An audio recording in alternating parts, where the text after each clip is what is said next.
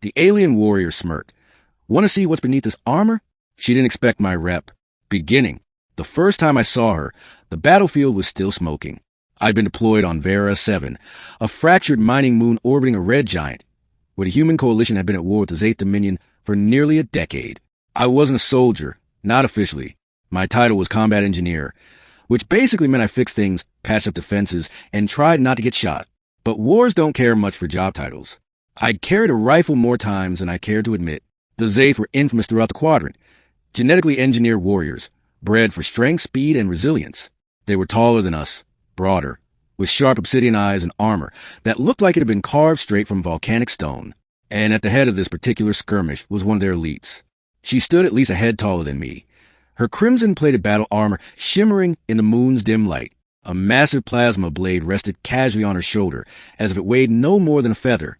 Around her, human troops cowered or kept their rifles trained, knowing one wrong move could be their last. And then she saw me. Her lips curled into the faintest smirk, a gesture far too human for someone who supposedly saw us as little more than pests. With deliberate slowness, she tapped her armored chest, leaned forward, and said, "Want to see what's beneath this armor, human?" The squad froze.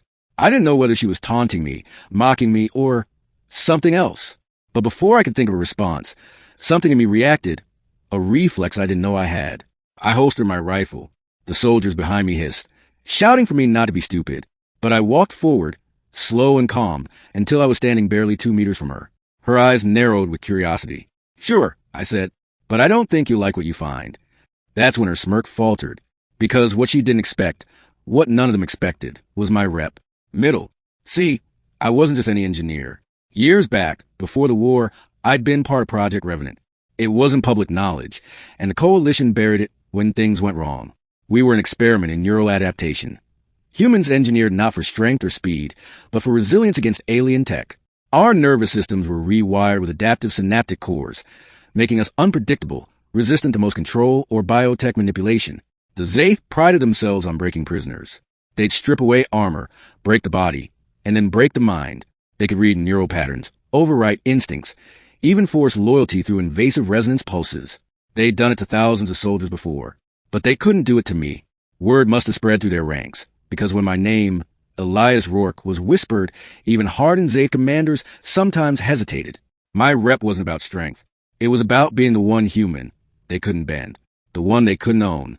And she, this warrior standing before me, was beginning to realize exactly who I was. Her eyes flickered, recognition dawning. "You," she said, voice low, almost reverent. "The Unbroken." The title wasn't mine, but I'd heard it enough. I tilted my head. "Still want me to see what's under that armor?" She chuckled, a deep, throaty sound that echoed across the barren battlefield. "More than ever." That was how it started. We should have killed each other. That's how wars go. Human versus alien. Blood spilled until one side can't stand anymore.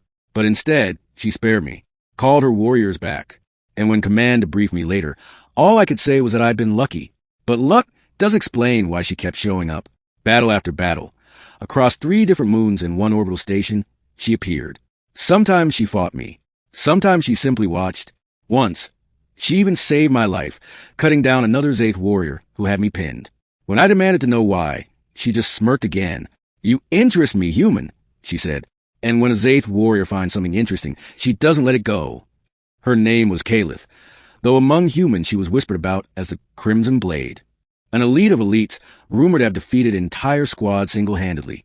To her people, she was a living legend. To mine, she was a nightmare. And somehow, she'd chosen me. The first time we truly spoke was on neutral ground, during an unexpected ceasefire.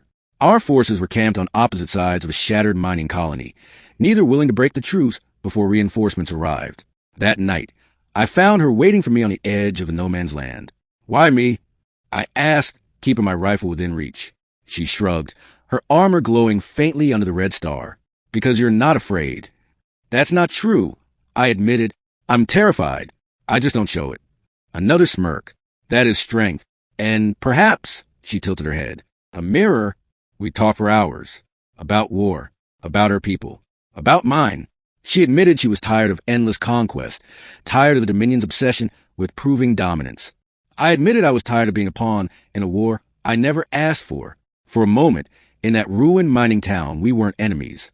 We were just two soldiers, trapped in something bigger than ourselves. But war doesn't care about moments like that. Weeks later, our forces clashed again, this time on the frozen plains of Howrick 9. Caliph and I met in the chaos, plasma blade against my rifle. But instead of trying to kill me, she whispered urgently, "They are planning to erase you." I barely dodged her strike. "What?" "Your coalition fears what you are. The Dominion fears it too. They mean to end you before you become more than a legend." My blood ran cold. She wasn't lying. I could see it in her eyes.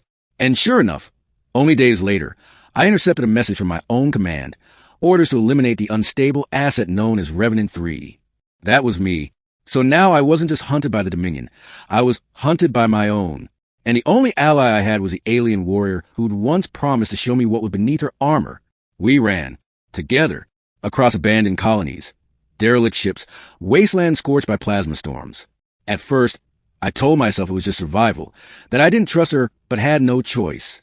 But somewhere along the way, survival turned into something else. We trained together, fought side by side, shared stories in the quiet hours when the universe seemed to forget us. I learned that beneath Kael'thas's armor wasn't just scarred flesh and engineered muscle. It was a woman who laughed at my dry humor, who mourned the family she'd lost to her Dominion's endless war machine, who dreamed of something more than conquest. And she, in turn, learned that beneath my reputation wasn't some unbreakable myth, just a man who'd been used, discarded, and left searching for meaning. One night, in the ruins of an old observatory, she finally unsealed her armor. Her skin shimmered faintly, marked with luminous etchings like starlight scars. She was beautiful, in a way that had nothing to do with human standards. Alien, yes, but real. Vulnerable. You wanted to see what was beneath the armor, she said softly. I shook my head. No, I wanted to see what was beneath the warrior. For the first time, she didn't smirk. She smiled. Ending. Of course, we couldn't hide forever. The Coalition and the Dominion both tracked us down eventually. When they finally cornered us on Dravno Station, a rusting trade hub at the edge of the sector, there were no ceasefires, no neutral grounds, just an army of humans on one side and an army of Zaith on the other, both with orders to kill us. We stood back to back in the docking bay, weapons drawn. Do you regret it? I asked her over the hum of plasma fire in the distance. Regret what? She asked. Choosing me.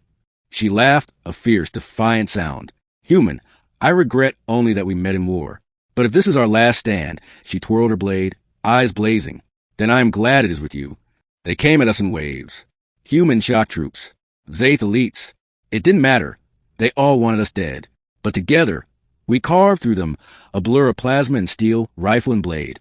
For every soldier who fell, 2 more took their place. And yet, in that chaos, I realized something. We weren't fighting for survival anymore. We were fighting for proof. Proof that bonds could form across divides, that war didn't own us, that even engineered weapons and forgotten experiments could choose their own fate. When the final breach came, when the docking bay doors exploded inward with reinforcements, Caleb and I locked eyes. Ready? I asked. She smirked, her old, familiar smirk. Always. We charged together into the storm. They say no one survived the fall of Dravno Station, that it burned up in the atmosphere of the gas giant below, taking rebel soldiers and traitors alike. Official reports claimed Elias Rourke, the Unbroken, was finally erased, and the Crimson Blade was struck down at last. But reports are written by those in power. Out in the uncharted sectors, whispers tell a different story. Of a human engineer and an alien warrior, seen boarding a stolen frigate. Of 2 fugitives carving out a life beyond the reach of empires. Of a bond forged in war that defied everything meant to break it. And sometimes, late at night in the fringe colonies, when mercenaries gather and tell old war stories, someone swears they saw her smirk and heard her voice whisper, "Want to see what's beneath this armor?" And the man beside her, smiling faintly, replied, "You didn't expect my rep."